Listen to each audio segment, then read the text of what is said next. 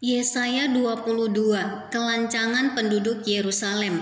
Ucapan ilahi terhadap lembah penglihatan, ada apa gerangan maka semua pendudukmu naik ke soto-soto rumah. Hai kota yang bersorak riuh dan ribut gembira, hai negeri yang beria-ria. Orang-orangmu yang mati terbunuh bukanlah terbunuh oleh pedang, dan bukanlah gugur dalam peperangan. Semua panglimamu sama-sama melarikan diri. Mereka tertawan tanpa tembakan panah. Semua orang-orang kuatmu sama-sama tertawan, biarpun mereka sudah lari jauh-jauh.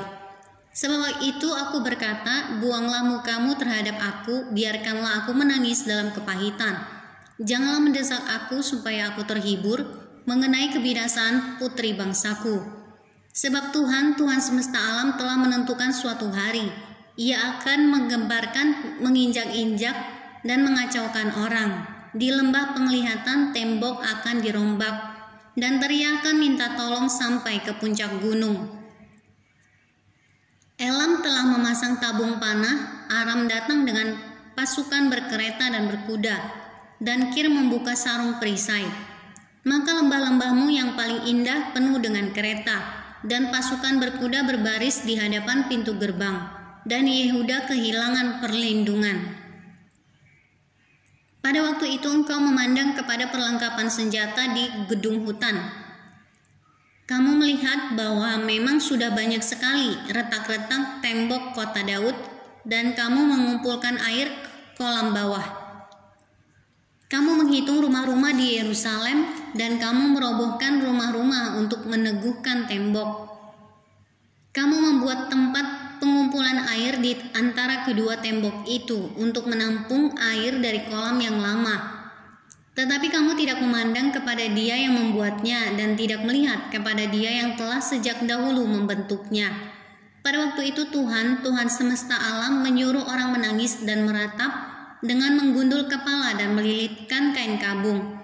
Tetapi lihat, di tengah-tengah mereka ada kegirangan dan sukacita, membantai lembu dan menyembelih domba, makan daging dan minum anggur sambil berseru, marilah kita makan dan minum sebab besok kita mati.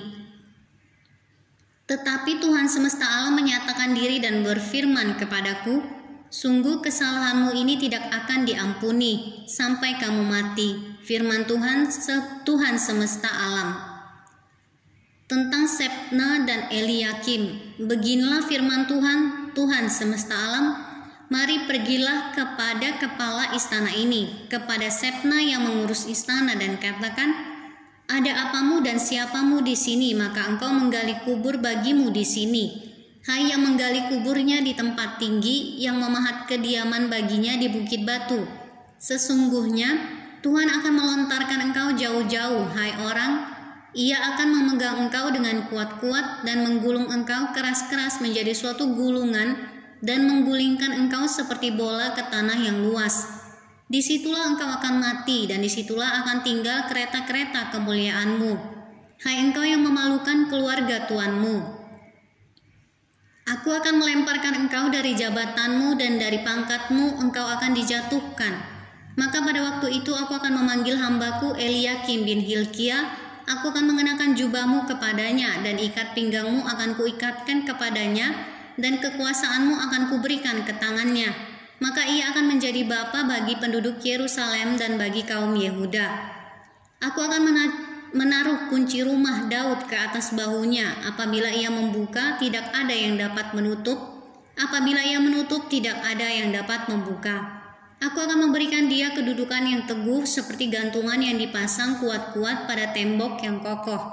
Maka ia akan menjadi kursi kemuliaan bagi kaum keluarganya, dan padanya akan digantungkan segala tanggungan kaum keluarganya, tunas dan taruk, beserta segala perkakas yang kecil dari piring pasu sampai periuk belanga.